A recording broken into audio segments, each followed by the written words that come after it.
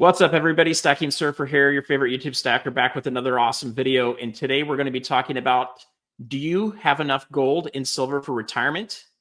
And is gold and silver the right retirement vehicle for you? Surfer, like to become your best friend. Balances in your bank and stack. All right, so do you have enough gold and silver for retirement? Let's talk about that for a minute. So I want to show you guys some silver that I think is good for retirement. So you've got a 100-ounce Scottsdale bar, okay? And that thing's heavy. So silver bars can be good for retirement. Silver Eagles can be good for retirement. So these are 2010, I believe. Yep, 2010 Silver Eagles, okay? The one on top's a little bit toned. The rest of them are almost perfect. So there you go. So these can be good for retirement. I've got silver Morgan dollars. Okay, you could use these for retirement. Okay. Let's move a bunch of peace dollars over here too. So even peace dollars could be good for retirement. And then I've got silver dimes here, okay? So we're going to put a pile of those guys right there. So you could also use a gold Krugerrand, right? You could use that for retirement. And then let's move this one on top of over here. I've got these gold pre-33 coins. And these are pretty cool too. So these ones are, you know, look pretty good. They may have been cleaned. I haven't really looked at them that closely, but I bought these, you know, below spot price. So got a good price on these guys about a year and a half ago. So there's a 1904, I believe. We got one there. I've got another one here that's a 1900. All right, so there you go in focus. All right, I'm going to take the Silver Eagle down for a minute. Put these guys up here, or should I say ladies? I'm going to take this gold Krugerrand, put it on top here. All right, we're going to put this one over here. So this is gold and silver you could use for retirement. Now, whether you want to use it for retirement or not is a different question. A lot of this depends on when you bought it. For how much did you buy it? How much was the premium? You know, there's a lot of questions to consider, but this is good silver that's pretty easy to sell out of. Or sell, and this is very good gold that's pretty easy to sell as well. Now, if you don't want to sell this stuff and you want to pass this on and you want to keep it, that's part of what we're going to be talking about today. What are some other strategies you can do so that you get to hold on to more of this? Okay, so now that I shared that with you guys, I want to introduce our guest today, John Thorman. He's a retirement income planner and financial coach. John, how are you today? Hey, I'm doing awesome. Thanks, Surfer. It's really a great pleasure to be here with you. It's great to have you here. So John is the owner of Thorman Financial Group, and you can find him on YouTube here at Financial Success Coach. That's right. So John, give us just a little bit of background of your experience and help us understand, you know, how you got started and why you're doing this. And then the other question I have for you is, do you have any gold and silver? Yeah, we have a little bit of silver. We're use silver for savings. Okay.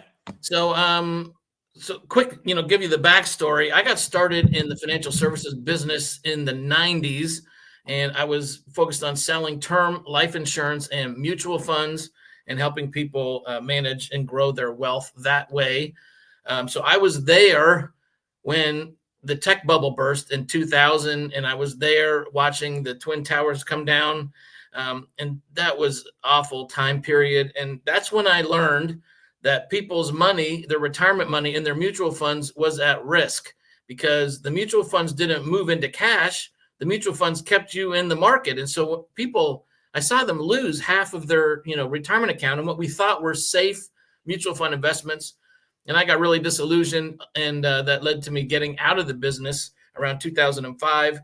I went on as a business consultant working with small business owners. And then I started a digital marketing agency in 2014.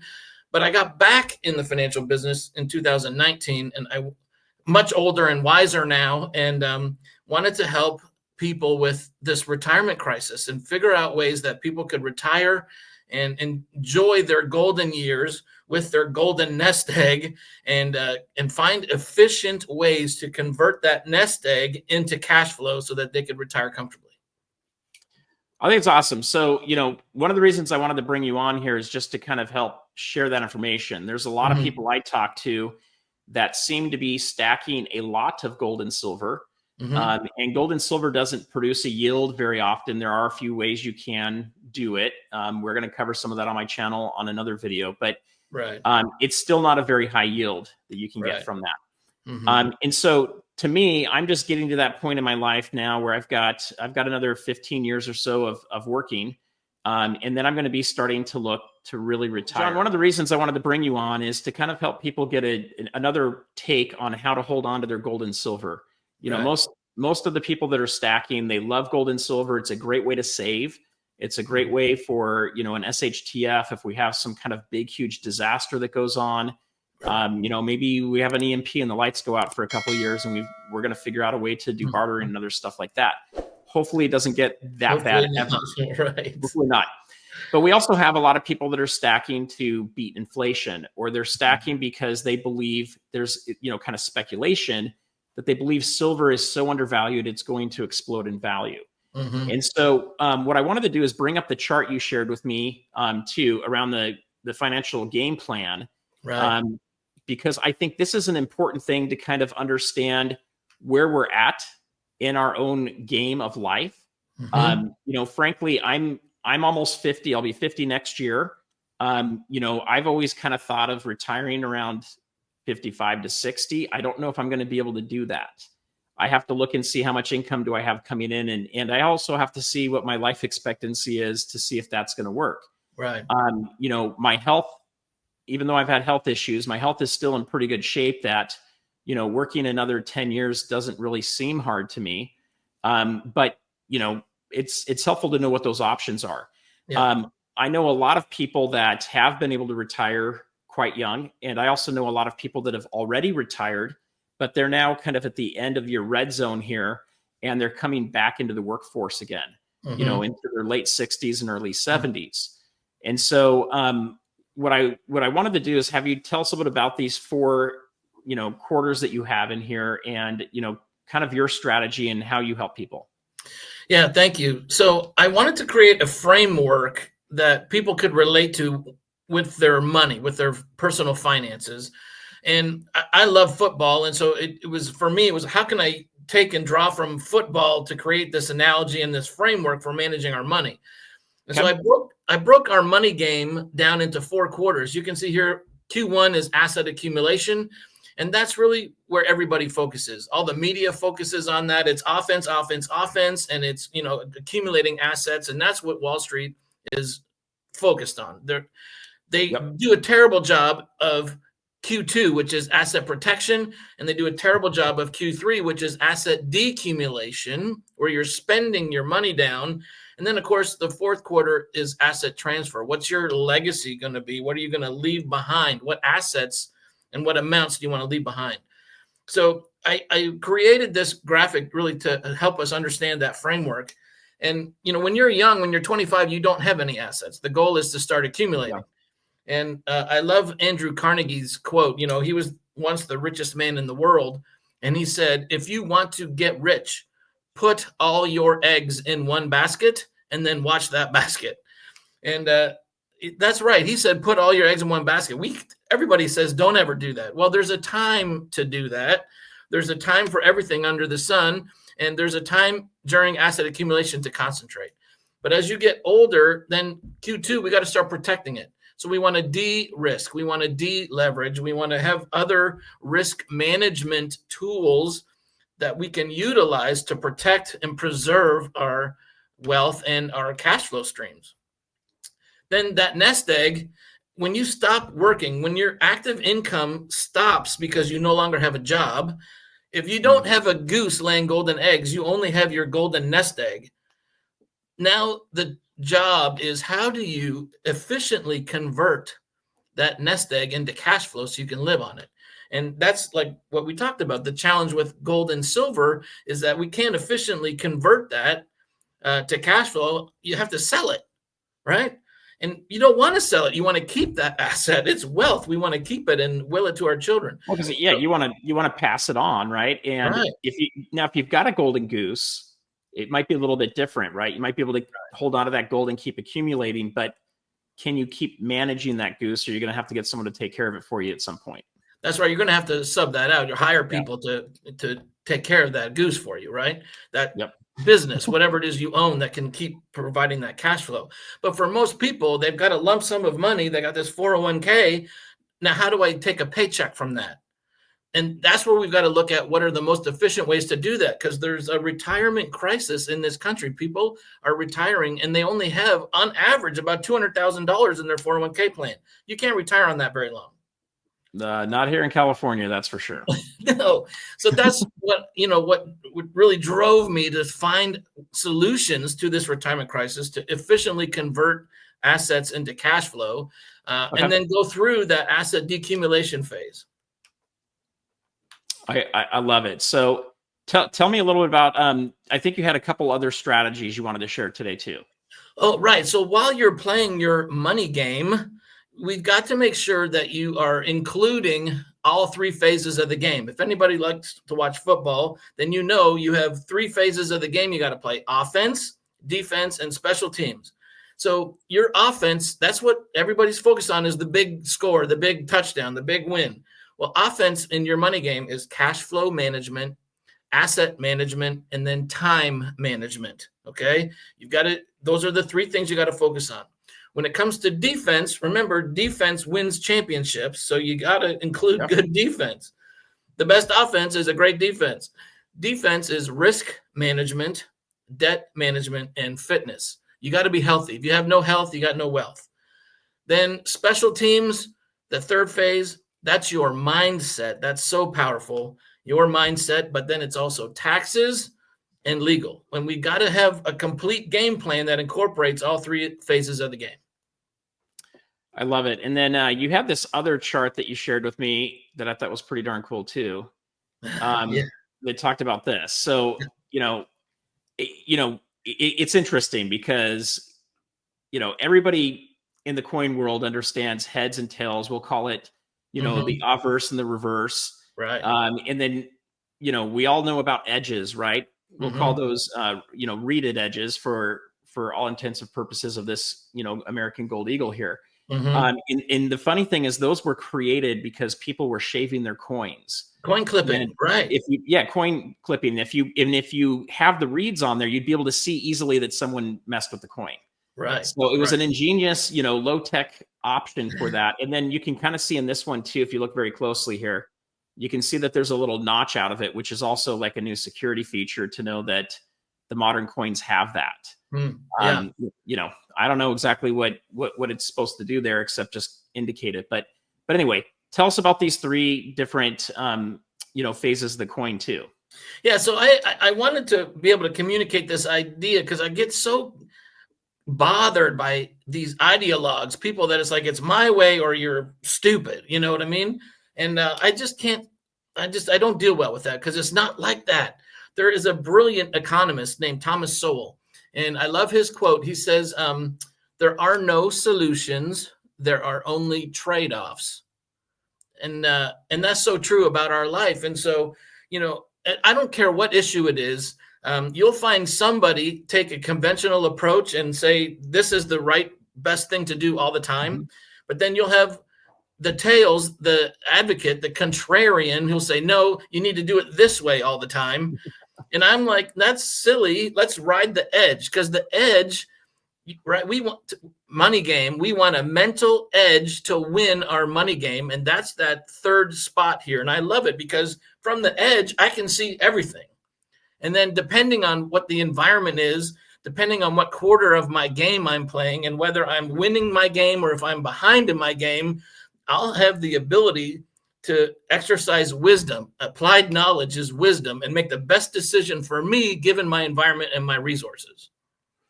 I love it. It's interesting because just an analogy here. I've only really been stacking hard for 4 years. Okay. Prior to that, I was stacking for 2 years. Before that, mostly in receiving.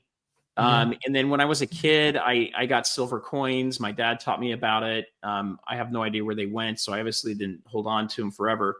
They must have been spent. But you know, I understood that as a kid. I also had like a stamp collection when I was young, and then you know, big time kind of passed there. What got me back into it was looking at gold as an inflation hedge, and also trying to understand what the value of silver is that I was getting 6 years ago, trying to figure out, okay, is this a good birthday gift or not? And you can go back to my very first 2 videos of my channel, and you can see me, you know, showing the bars that I received and telling that story. But the reason I bring this up is there's a lot of people that are watching this right now that probably bought silver towards the top of it in the 80s. And they've been waiting $50 an 45 ounce? years. Yes, around $50 an ounce. They've been waiting 45 years for that. Okay, it did go up in the, I think it was 2011 was when it went up again, and then it went back down. So you know, there's these different time cycles we get, and so one of the things I just want to point out, and this is one of the reasons I brought John on, is you can have a game of just holding everything and passing it to your kids. Okay, there's nothing wrong with that. Right. But if you're buying and accumulating precious metals and you're hoping that you're going to use them for retirement at some point, you're going to need to know the patterns of cycles, okay? Because sometimes gold and silver may seem like a conventional type, you know, buy, okay? It's usually going to be more of a contrarian one for the most part in the past. But with all the money printing we've done, it's starting to become a little bit more conventional in thinking for some people, okay, that are aware of it. But we're still only half of 1% is what, you know, what we believe to be the percentage of people in the country that hold it. Now, I think that's going to change in the future. But for you that have been holding it forever, there may become a time where we start to see silver really go up. So let's say silver goes back up to 50, it goes to 100, it goes to $200 or $300. Do you sell it? Do you hold on to it? So, you know, these are all things to kind of consider. And someone like John gives another perspective to look at. And so that's why I wanted to bring him on, is to help you guys have another way to look at it.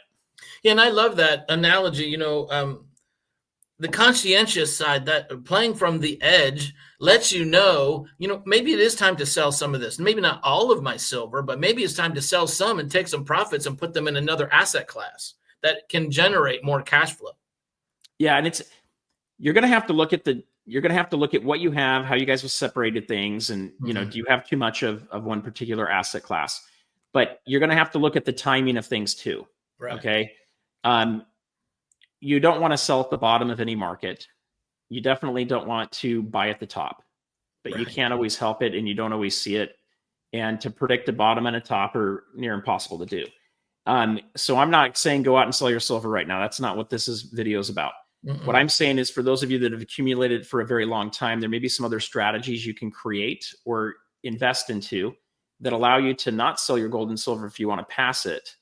Or there's strategies that when we get to a point where we're starting to feel like gold and silver are starting to hit peak, which I think is going to be somewhere in the next, let's say, 4 to 8 years, then you might want to take some of that off and move it into another strategy that creates more cash flow. So, John, what I wanted to do too is, I wanted to share this other document that we just kind of created real quick on the fly here, just talking about asset allocation.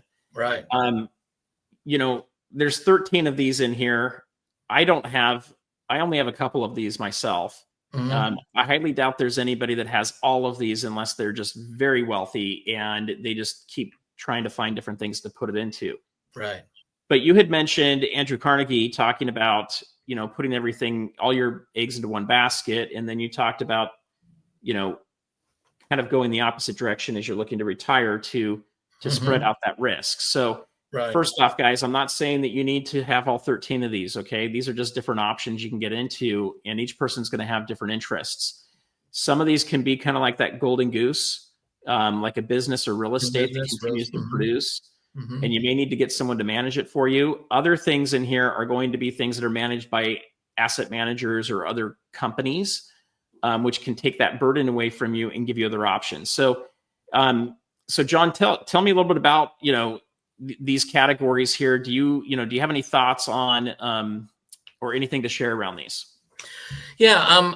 It was important to me that we really understand what our options are.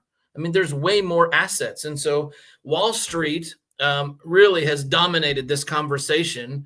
And since Harry Markowitz in 1952 came out with modern portfolio theory, Wall Street's been telling everybody it's a balance between equities, stocks, bonds, and cash, right? Stocks, bonds, and cash. Everything is stocks, bonds, and cash ad nauseum. And it's like most people aren't aware and aren't incorporating all these wonderful other great asset classes that could make up their portfolio and give them much more security and protection and cash flow. Mm-hmm. So, I love the ancient wisdom found in Ecclesiastes chapter 11, verse 2, where it talks about, investing your money into 7 or 8 different things because you don't know what disaster may come upon the land. And to me, that's just speaking, as we enter that retirement red zone, it's the 5 to 10 years before you retire and the 5 to 10 years after you retire. It's a red zone because it's danger. You cannot afford to lose 50 to 70% of your 401k in a stock market crash because you don't have time to make it back. Well, and it depends on your timing too. I used to have a lot of mutual funds before 2008. And then I didn't have mutual funds after 2008. I don't like them. So personally, I won't put my money in them. Right. Now I had a special thing where I actually had someone managing my own mutual fund for several years. That was a little bit of a different situation, but to just go into the regular mutual funds, especially if you have an advisor that puts you into like 5 or 6 of them and they all 5 or 6 own Apple and they own Tesla, things like that, you end up paying a lot of fees for not much diversification or asset allocation at all. And you see this in 401ks all the time. People have got their 401k, but 100% of it's in equities. So that's not diversification. So my family got clobbered in 2008, like very clobbered. Yeah. And we thought we were diverse. We had a lot of different real estate properties all over the country. We also had a lot of stock in a bank, right? Mm-hmm. And then we had a lot of stock in the stock market. And we thought, okay, we're diversified. There's not a whole lot that can really hit us here. And most of that got hit very hard. Okay. It didn't all disappear, but it got hit extremely hard, especially the banking stock, and which basically went down to like 0. And then we had, a lot of the real estate properties. Some of them basically had to be turned back to the bank. Others had to be short sold. And then others we just couldn't hold on to long enough to let them recover. And so, I can tell you that if that were to have happened at my retirement point, I would not be retiring. I would basically have to continue to go in. And so I've been playing catch up since 2011 and kind of started my career over and really got into trying to build that up. So the other thing I want to put out there for you guys, if you have interest in learning more about these 13, I'm curious to know what you have interest in. Go ahead and list them down below as in the comments. And then if you haven't hit the subscribe and bell icon yet, go ahead and do that so you don't miss any other videos we do. And then also hit the thumbs up. That kind of wakes up the algorithm and keeps things going well. Last, let me know. What do you guys think? Do you like John's philosophy? Do you like some of the things that he put together here? If you do, I'd love to have him on again. And John, I'm thinking even a live stream would be pretty cool to go and answer people's questions, especially when we get into the categories that you've got your most expertise in. Yeah, I would love it. That'd be great. Okay. It'll open up your mind, a new perspective. You'll see all 3 sides of the coin. I think it's awesome. Now, I personally haven't used John's services, but I've been following him on YouTube for a while. We've had a lot of great conversations. And I think he's a person to at least reach out to if you have interest. You may have a financial advisor or planner today. You may want to take some of these things you've heard on this video and take it back to them. But if you guys want to get a hold and reach out to John, I'm going to go ahead and put, let me see if I can make this work. We've got a link here that I'm going to put in, which is kind of a plan you can run through to see how well things are set up for your retirement. Okay. This goes to John. John will reach out to you guys. They've got a promise on this plan as well. I'm not super familiar with it, but says that they won't spam you. I know John has already agreed to not spam anybody, but if you want some help, if you want to look at your situation and work with someone that does this for a living, here's an option for you. So you can start to fill this out. I went through the process with John before we filmed. It's not too complex. It's kind of high level looking at numbers, and it does spit out a few charts for you to see, are you on track, or are you going to be a little bit lower than what you're hoping for? And one of the reasons I'm even doing this in the first place is I've got a couple friends that have retired and have had to come back out of retirement. And I don't think that's what anybody wants. And so I want to be able to help you guys have some other options as we're stacking, so that you can hold on to your gold and silver, you can pass it on to your kids, or if you have a lot of it and you're planning on selling some of it, you can look at when we hit all-time highs again. Down the road, we're just getting started in the gold bull run, and we haven't even started the silver bull run yet. So when we get up to those tops, which we're not going to know for sure until they're coming down off of them, by the way, guys, I want to give you options to look at and to think about. So, let me know, what do you guys think? John, I want to thank you for coming. Is there anything else you want to leave us with? I don't think so, other than just explore other options. There's way more options than what most people are really shown. And a lot of that is because of your advisor's licensing. Like the companies that they work for, they're not allowed to talk to you about other options. So there's a lot more out there that you can do. And I'm happy to help, guide you in those conversations and that discovery. I think it sounds awesome. And I highly recommend, putting a team together. You're not going to find anybody that does all 13 of those things. And if you do, they don't do very many of them very well. Right. Yeah. So most of those, you're going to have one or two of them you can do well at, and that's about it. You might kind of understand them. So this is putting a team together and finding those different parts of it. So, why are you watching my channel in the first place? I've got a new mentor program you guys can join. The link's down below as well. But part of that is, what have I learned over my 6 years of going really deep and hard into studying about gold and silver and about investing? I've been investing in stocks since 98. I came from a family that was pretty well off. You'll hear a lot of people talking about, I came from nothing and I've built it up. Mine's kind of the opposite. I came from a lot of money, and my parents decided not to really use it very much. So we lived a nice upper middle class life. It could have been much more than that, but they chose not to do that. And at the end of the day, it all kind of disappeared anyway. So, my lifestyle never changed during all of that, but it did change my perspective on, what do I do to help my children? How do I, help them have a work ethic to go out and learn and, create? And then how do I take care of issues that come up like health? We've had a lot of health issues that come up, and you got to pay for that somewhere. Okay. It's not always covered by insurance. So anyway, guys, this is part of that strategy. It's finding coaches, putting people together to build your team so that you can really go after it. Now, if you're in your more twilight years, there's other strategies that come into play too. So you think about those 4 categories, those 4 different quarters that we have. Depending on which one you're in, the strategy is different. And so John's a person that can help you. If you've got financial planners or advisors, I'd reach out to them and, do an update, go check things out and ask them some of those questions and see, is it the right planner for me? Is it the right advisor? Do I maybe want to consider someone else? Do they understand your gold and silver position? And, are they okay with that? Some of them are very much just about stocks. That's all they're going to talk to you about. So until next time, peace out. And thank you for coming, guys.